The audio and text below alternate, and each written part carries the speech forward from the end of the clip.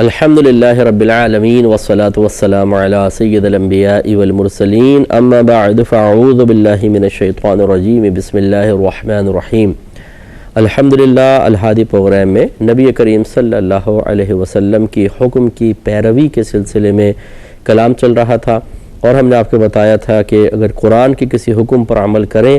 تو یہ اللہ تعالیٰ کی بھی پیروی کہلاتی ہے، اور چونکہ نبی کریم صلی اللہ علیہ وسلم نے وہ احکام ہم تک پہنچائے تو وہ بھی نبی کریم صلی اللہ علیہ وسلم کی اطاعت و پیروی قرار دی جا سکتی ہے۔ لیکن خاص جو حدیث میں سرکار صلی اللہ علیہ وسلم نے احکام بیان فرمائے، ایسے احکام جن کا براہ راست ذکر قرآن عظیم میں نہ ہو، وہ تو خاص پھر حدیث سے ہی حاصل ہوں گے۔ تو گویا کہ اطاعت رسول صلی اللہ علیہ وسلم اس وقت تک کامل طور پر ممکن نہیں ہے جب تک احادیث کریمہ کا مطالعہ نہ کیا جائے، ان میں جو سرکار صلی اللہ علیہ وسلم کے بیان کردہ احکام ہیں انہیں تلاش نہ کیا جائے، ان کو نہ سمجھا جائے، ان کے تقاضے کے مطابق عمل نہ کیا جائے، اطاعت مکمل نہیں ہو سکتی اور ہم کامل مطیع و فرما بردار بندے نہیں بن سکتے ہیں۔ اسی جذبے کے تحت آپ کی خدمت میں چند احادیث کریمہ جو احکام سے متعلق ہیں ذکر کر رہے تھے۔ ایک طویل حدیث ذکر کی تھی جس میں اب ہم اس مقام پر پہنچے تھے کہ نبی کریم صلی اللہ علیہ وسلم نے ارشاد فرمایا کہ مسلمان کا بھائی ہے، نہ اس پر ظلم کرے، نہ اسے بے یار و مددگار چھوڑے۔ تو یہ ہم مثالیں دے رہے تھے کہ میں آپ کو سمجھا رہا تھا کہ مدد وہیں کی جائے گی جہاں شریعت نے اجازت دی ہو، جہاں مدد کرنا ہمارے لیے باعث ضرر باعث تکلیف نہ ہو، جہاں واقعی ہم سامنے والے کو صحیح طریقے سے اس مدد کے ذریعے کسی مصیبت سے نجات دلوا سکتے ہوں، اور جہاں شریعت نے منع کیا ہو کہ آپ نہیں کر سکتے ہیں یا اس کی مدد کرنا خود ہمارے لیے باعث ضرر اور تکلیف ہو، تو وہاں پر اگر ہم مدد کرنے سے رکیں تو یہ بالکل جائز ہے۔ بلکہ جہاں گناہ کا کوئی پہلو ہو، جہاں ہمیں تکلیف پہنچے، تو بعض صورتوں میں تو پھر مدد کرنا گناہ بھی ہو جاتا ہے۔ جیسے رحمت کونین صلی اللہ علیہ وسلم نے ارشاد فرمایا کہ جو مسجد میں اپنی ذات کے لیے سوال کرے اسے ہرگز نہ دو، یہ سرکار نے ارشاد فرمایا۔ اور فقہا نے لکھا کہ جو آپ نے دیکھا ہوگا بعض اوقات نماز ختم ہوتی ہے فوراً کھڑے ہو جائیں گے، یہ شاید نماز پڑھنے بھی اسی لیے آتے ہیں، جمعہ پڑھنے بھی اسی لیے آتے ہیں کہ ان کو دھندا کرنا ہوتا ہے، تو یہ کھڑے ہو جاتے ہیں اور شور مچاتے ہیں کہ جی میں یتیم خانے کا انچارج ہوں، اور میرے ٹیوشن سینٹر تھا وہ تباہ ہو گیا، یا میرے گھر میں بیوی بچے بھوکے ہیں، بیمار ہیں، میں بہت بیمار ہوں، میں فلاں جگہ سے آیا تھا، لوگوں نے میرے مال لوٹ لیا ہے، تو آپ سب میری مدد کریں۔ اب لوگ دعا کا انتظار کر رہے ہوتے ہیں، کوئی وظیفے پڑھ رہا ہوتا ہے، کسی نے اور نماز شروع کی ہوتی ہے، اور یہ چیخ چیخ کر اپنے لیے سوال کر رہے ہوتے ہیں، ایسے مسجد کے سائل کو دینا گناہ ہوتا ہے، یاد رکھیں۔ بلکہ فقہا نے یہاں تک فرمایا کہ ایسے سائل کو اگر کوئی 1 درہم دے تو 70 دراہم اور خرچ کرے تاکہ اس گناہ کا کفارہ ہو۔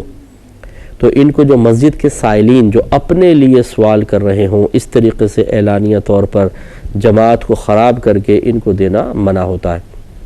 اگر کوئی مسجد کا سائل ایسا ہے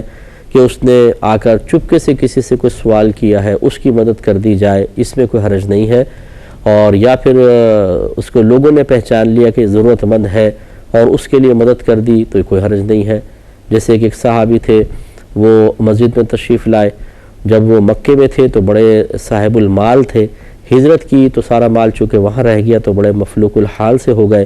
جب وہ مسجد میں تشریف لائے تو نبی کریم صلی اللہ علیہ وسلم ممبر پہ جلوہ افروز تھے، آپ کی نگاہ ان پر پڑھی تو سرکار صلی اللہ علیہ وسلم کے چہرہ انور کا رنگ متغیر ہو گیا، کیونکہ جو بہت ہی عیش میں، عشرت میں، نعمتوں میں ہو، اور پھر وہ اللہ کے لیے سب چھوڑ کر اس مفلوق الحالی میں آئے، تو لازم بات ہے کہ ایک دم طبیعت کو دوسرے ماحول میں ڈھالنا بہت ہی مشکل اور تکلیف دہ ہوتا ہے۔ اور میرے آقا صلی اللہ علیہ وسلم اپنے غلاموں کی تکلیف کو بہت زیادہ محسوس فرمایا کرتے تھے، لہذا سرکار کے چہرہ انور کا رنگ متغیر ہو گیا، اور آپ نے صحابہ کرام کو ان کی مدد کی ترغیب دی باقاعدہ۔ تو یہ شرعاً جائز ہے کہ اگر آپ کوئی سائل ہے مسجد کا، اس نے اپنے لیے سوال نہ کیا ہو اس طرح اعلانیہ، اور آپ جانتے ہیں تو اس کی مدد کروا دی جائے، اس میں کوئی حرج نہیں ہے، اور یہ اکابرین سے ثابت ہے کہ انہوں نے اس طرح مدد کی ہے۔ چنانچہ اب یاد رکھیں یہ جو پیشہ اس طرح مسجد کے جو خود پکار رہا ہے بلند آواز سے اس کو نہ دیں، یوں ہی جو پیشہ ور فقیر ہیں جو یہ فٹ پاتھوں پہ بیٹھے ہوئے ہیں، انہوں نے آپ کو یعنی ہم اس پہ کیوں مطلب بچوں والی باتیں کرتے ہیں؟ ہمیں معلوم نہیں کہ ہم نے پروگرام نہیں دیکھے کہ یہ لوگ پوری مافیا ہے، ان کے خاندانوں کا بزنس ہی یہ ہے، بس بھیک مانگنا اور کچھ بھی نہیں ہے۔ جو بچہ پیدا ہوتا ہے اس کو فوراً بھکاری بنا دیتے ہیں، وہ بڑا ہوتے ہوتے پکا بھکاری، پکے ریاکار، پکے اداکار، لوگوں کو دھوکہ دینے والے، جھوٹ بولنے والے، سارا دن جھوٹ بولتے رہتے ہیں، سارا دن دھوکے دیتے رہتے ہیں۔ اور یہ آپ نے غور کیا ہوگا، میں نے تو بہت زیادہ نوٹ کیا، آپ نے بھی نوٹ کیا ہوگا کہ یہ بعض اوقات بچوں کو گود میں لیا ہوتا ہے اور انہیں پتہ نہیں افیم کھلائی ہوتی ہے کیا، یہ 6 گھنٹے 7 گھنٹے مانگتے رہتے ہیں، وہ بچہ سوتا رہتا ہے، تو اس کو افیم چٹا کے لے آتے ہیں، تو ان کو بیچاروں کو بچوں کو ذہنی لحاظ سے مفلوج کر رہے ہیں۔ اور کوئی ہمارے ہاں پرسان حال نہیں ہے، کوئی پکڑ دھکڑ نہیں ہے کہ ان لوگوں کو پکڑا جائے، ان کو جیلوں میں ڈالا جائے، ان کو روکا جائے، اس چیز سے نہیں، وہ کر رہے ہیں۔ اور پھر یہ ٹھیکے ہوتے ہیں باقاعدہ فٹ پاتھوں کے، فٹ پاتھ بکتے ہیں، آپ کو پتہ ہے کروڑوں روپے میں بکتے ہیں، جہاں جہاں مارکیٹوں کے فٹ پاتھ ہیں کہ وہاں پہ بہت زیادہ پیسہ ملتا ہے، تو وہ مافیاز کے ہاتھ میں ہوتے ہیں، وہ کوئی اگر گینگ لینا چاہتی ہے تو اس کو باقاعدہ لاکھوں کروڑوں میں بیچا جاتا ہے۔ خصوصاً رمضان میں عید کے قریب آپ دیکھیں اطراف کے جتنے بھی چھوٹے چھوٹے گاؤں ہیں، یا ہمارے یہاں بہت سارے لوگ آ جاتے ہیں کراچی کے اندر، اتنے فقیروں کی بھرمار ہو جاتی ہے، کچھ انتہا نہیں، یہ سب سیزن لگانے آ جاتے ہیں، مانگ کے سیزن لگاتے ہیں، ہاتھ پھیلا کے سیزن لگاتے ہیں، پھر اپنے گھروں میں چلے جاتے ہیں۔ تو یہ ہیں پیشہ ور لوگ، اور ان پیشہ وروں کو دینے کا مطلب ان کے اس پیشے کو تقویت پہنچانا ہے، اور یہ شرعاً جائز نہیں ہے۔ تو اس طرح کا نہ دیں۔ اگر آپ کو بہت ہی دل میں نرمی پیدا ہو رہی ہے، رحم آ رہا ہے، تو خدارہ اپنے خاندان میں دیکھیں، سینکڑوں لوگ ایسے نظر آئیں گے جو بیچارے بہت پریشان اور تنگ دست ہیں، ان پہ آپ کی نگاہ نہیں پڑتی یا ہماری نگاہ نہیں پڑتی۔ محلے کے اندر دیکھیں کتنے غریب لوگ ہیں، کتنے سفید پوش ہیں، ان پہ نگاہ نہیں پڑے گی، ان پہ پڑ گئی اور ان کو پیسہ دے رہے ہیں، یہ غلط ہے۔ انہیں دیں جو سفید پوش ہیں، جو گھروں میں ہیں بیچارے، ان کی غیرت ان کو ہاتھ پھیلانے کی اجازت نہیں دیتی ہے، عزت نفس ان کی مجروح ہوتی ہے، انہیں دیں پیار محبت کے ساتھ، ادب احترام کے ساتھ، یہ بہت بہتر ہے۔ اسی طریقے سے آپ کو سمجھا یہ رہے تھے کہ کسی بھی گناہ میں مدد نہیں ہونی چاہیے۔ جائز سفارش بہت اچھی بات ہے، یہ مدد صحیح ہے، لیکن ایک ہوتی ہے ناجائز سفارش۔ آپ ایک افسر لگ گئے ہیں اور آپ کے پاس کچھ ایسی نوکریوں کا اختیار ہے کہ کسی کو آپ دے سکتے ہیں، تو ہمارے یہاں میرٹ کا نام تو لیتے ہیں سب، جھوٹ بولتے بھی شرم نہیں آتی کہ کوئی ایک نوکری بھی میرٹ پہ دیتے ہیں۔ اپنے بس کوئی مطلب کوئی تنظیم ہے تو تنظیمی آدمی کو، کوئی کارکن کو، جان پہچان والوں کو وہاں لگا دیا جاتا ہے۔ نکمے اور نکھٹو قسم کے لوگ ہوتے ہیں جن کو کام تک کرنا نہیں آتا۔ یہ آپ نے سب کو معلوم ہے کہ یہاں جو گھوسٹ اسکولز ہیں، اس میں کتنی نوکریاں دلوائی گئی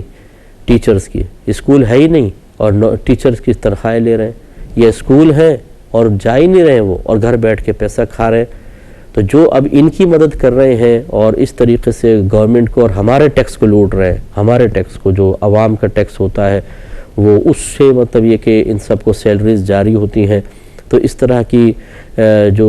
گناہ کی امداد ہے وہ شرعاً کیسے جائز ہو سکتی ہے؟ ایسے ہی مطلب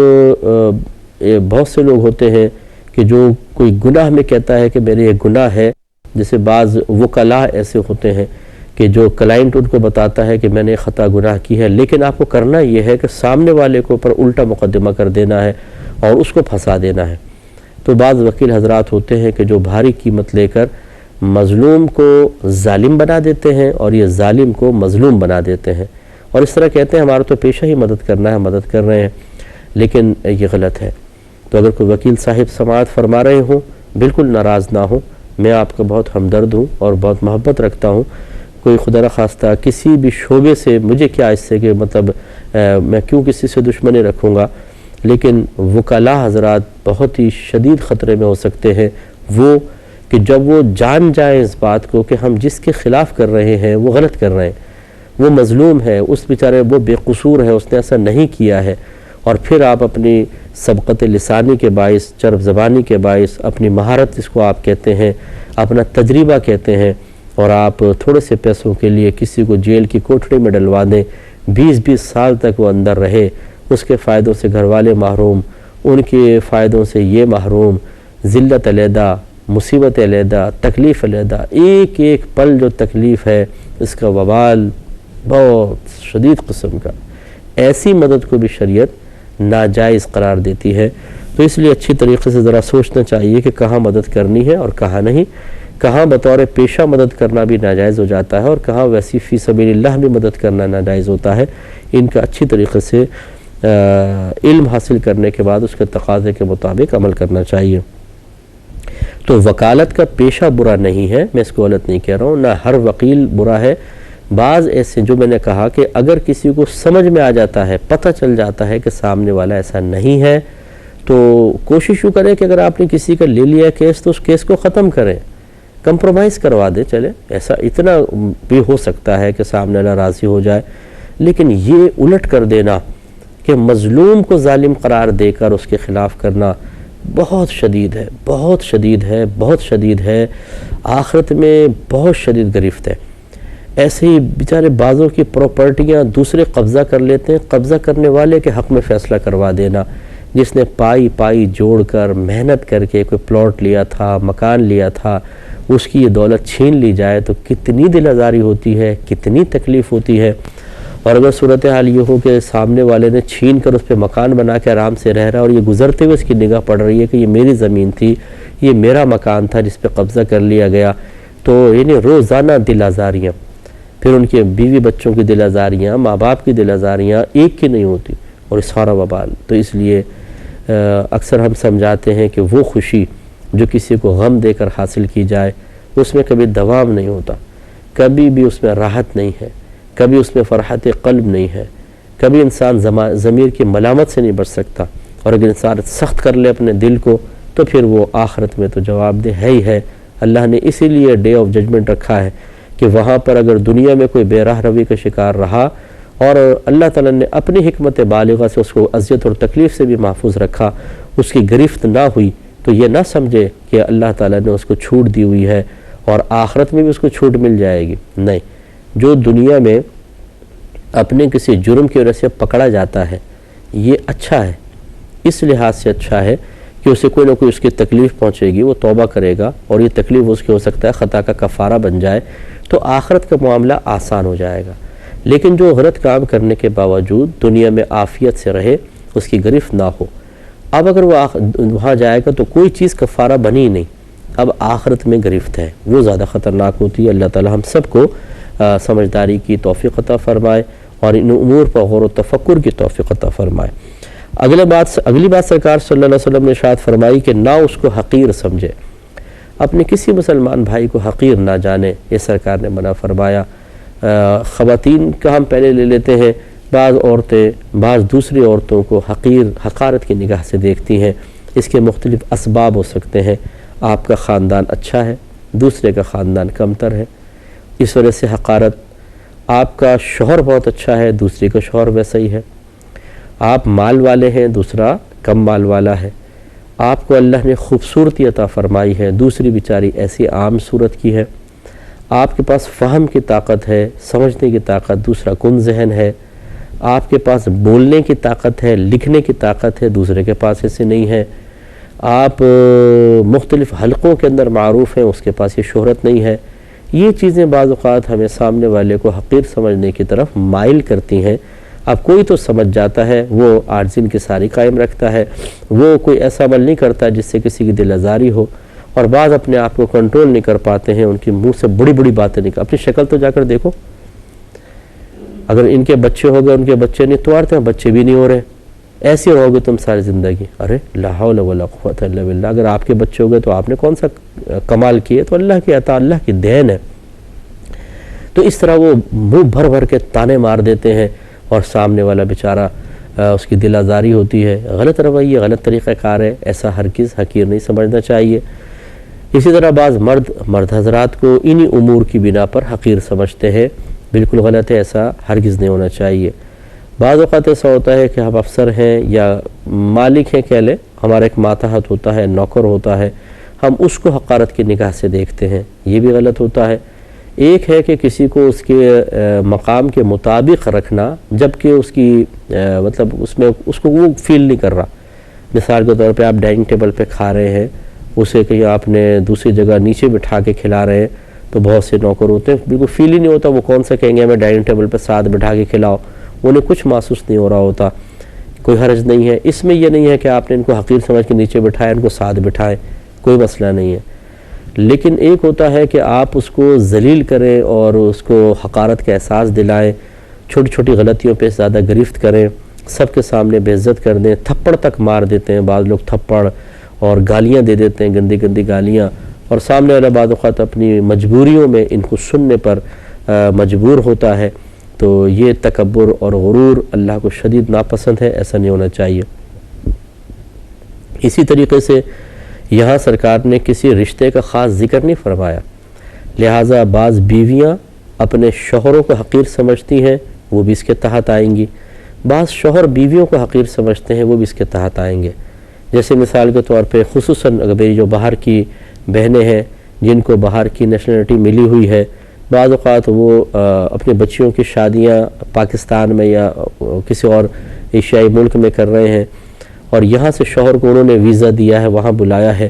تو بعض اوقات ایسا ہوتا ہے کہ وہ بچیاں جو ہیں اپنے باہر کے زوم میں اور بڑے پن میں اور تکبر میں شوہر کو سمجھتی ہیں اب اس کا وہ حق نہیں رہا کہ جو ایک شوہر کو اللہ نے دیا ہے کہ حاکم بنایا ہے، اور کم از کم اس کا تقاضا یہ ہے کہ شوہر کے ساتھ سخت لہجے میں گفتگو نہ کی جائے، اس پہ طنز نہ کیا جائے، اس کی بے عزتی نہ کی جائے، اس کو حقیر نہ سمجھا جائے، اس کو غلاموں کی طرح نہ رکھا جائے، لیکن وہ سمجھتی ہیں چونکہ ہم باہر ہیں، یہ یہاں ہیں، ہم نے ویزا بھیجا، اس کو یہاں بلایا، ہم نے پیسہ دیا تو یہاں یہ آیا، تو اب یہ شوہر ویسا شوہر نہیں ہے، بلکہ اس کو ذلیل کرنا، اس کو بے عزت کرنا، اس کو حقیر سمجھنا ہمارے لیے صحیح ہے۔ تو وہ خواتین پھر سیلف کنٹرول کھو دیتی ہیں، تھوڑی تھوڑی بات پہ تانے دینا، ان سے وہ کام کروانا کہ جو مطلب ایک شوہر سے کبھی عورت نہ کروائے، جاؤ ذرا بچوں کو اٹھاؤ، اس کو سنبھالو، اس کو منہ صاف کرو، یہ کرنا وہ کرنا، یہ غلط رویہ ہے۔ ایسے ہی کوئی شوہر اپنی بیوی کو حقارت کی نگاہ سے دیکھے اور حقیر جملے بولے، حقیرانہ طرز عمل اختیار کرے، بالکل ناجائز ہے، اس پر بھی توجہ کرنی ہوگی۔ اللہ تعالیٰ ہمیں عمل کی توفیق عطا فرمائے، آمین۔ وآخر دعوانا ان الحمدللہ رب العالمین۔ میں بہک سکوں یہ مجال کیا، میرا رہنما کوئی اور ہے،